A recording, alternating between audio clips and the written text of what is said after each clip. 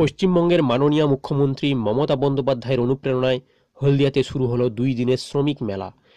এই মেলার উদ্বোধন করেন পূর্ব মেদিনীপুর জেলা পরিষদের সভাধিপতি শ্রী দেবব্রত দাস এবং উপস্থিত ছিলেন হলদিয়া পৌরসভার পৌরপ্রধান শ্যামল কুমার আদক মহাশয়। শ্রম দপ্তর আয়োজিত এই শ্রমিক মেলার মূল উদ্দেশ্য হল অসংগঠিত ক্ষেত্রের শ্রমিকদের বিভিন্ন প্রকল্পে সহায়তা ও শ্রম আইন সম্পর্কিত পরামর্শ প্রদান করা।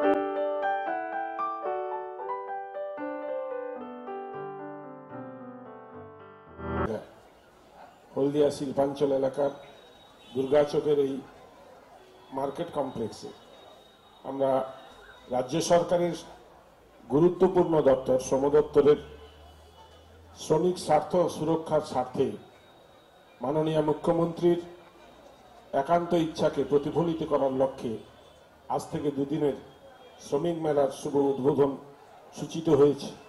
পূর্তকালীন অনুদান 50,000 টাকা সমরেশ কপাটের হাতে তুলে দিচ্ছেন মাননীয় সভাধিপতি সহ মঞ্চে উপস্থিত বিশিষ্ট ব্যক্তিবর্গ। 50,000 টাকার চেকের একটি রেপ্লিকা আমরা তার হাতে তুলে দিচ্ছি।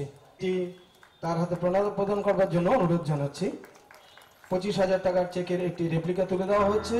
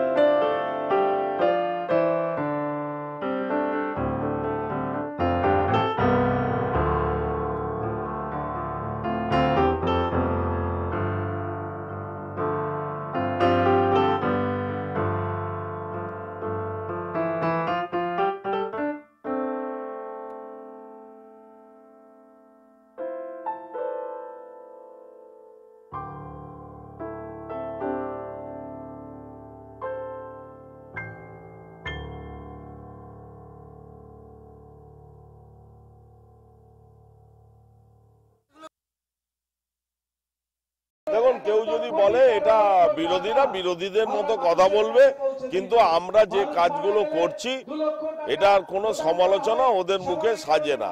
কারণ আমাদের সময় আমরা অনেক বেকারত্বের চাকরি দিয়েছি, পরিবার পিছু 1 জন করে চাকরি দিচ্ছি উদ্বাস্তুদের পরিবারকে, যারা যারা জমি দিয়েছে। এর আগে তো দেয়নি, ওরা কোনোদিনই দেয়নি।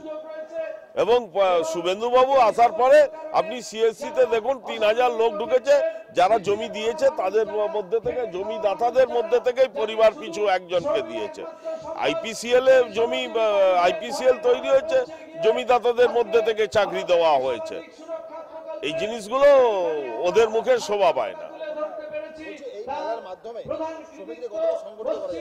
দেখুন, সংগঠিত করার লক্ষ্যে আমরা যাচ্ছি না, আমরা যাচ্ছি যে সামাজিক সুরক্ষা প্রকল্প পশ্চিমবঙ্গ সরকারের এমন একটি প্রকল্প, যে প্রশ্নটা আমাকে এক সাংবাদিক ভাই করলেন, এটা হচ্ছে পারিবারিক সুরক্ষা প্রকল্প।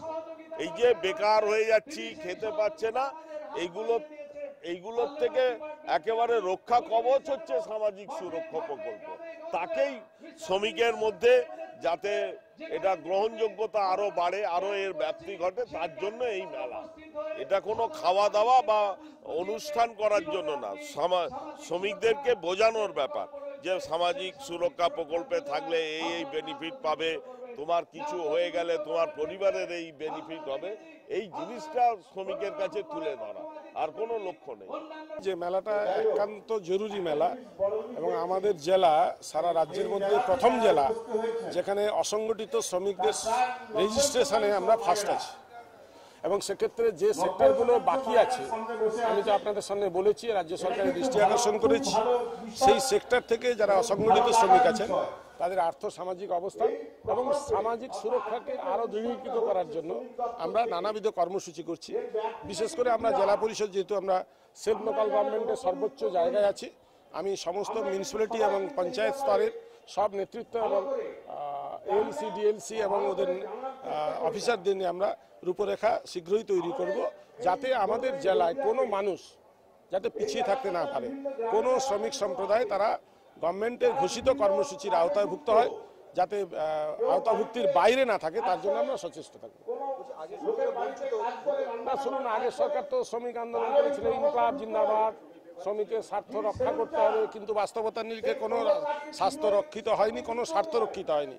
মমতা বন্দ্যোপাধ্যায় এবং বর্তমান রাজ্য সরকার যে স্বার্থ রক্ষিত করেছে, বামপন্থী সরকারের চাইতে অনেক অনেক কয়েকশো গুণ বেশি, এবং এই কর্মসূচিগুলো আগে ছিল না। যে কর্মসূচিগুলো এত আর্থিক অনটনের মধ্যেও পিছিয়ে পড়া মানুষের স্বার্থ রক্ষার তাগিদ নিয়ে রাজ্য সরকার একটা সুন্দর পরিকল্পনা নিয়ে হাঁটছেন, আমি ধন্যবাদ জানাবো রাজ্য সরকার এবং সবাই।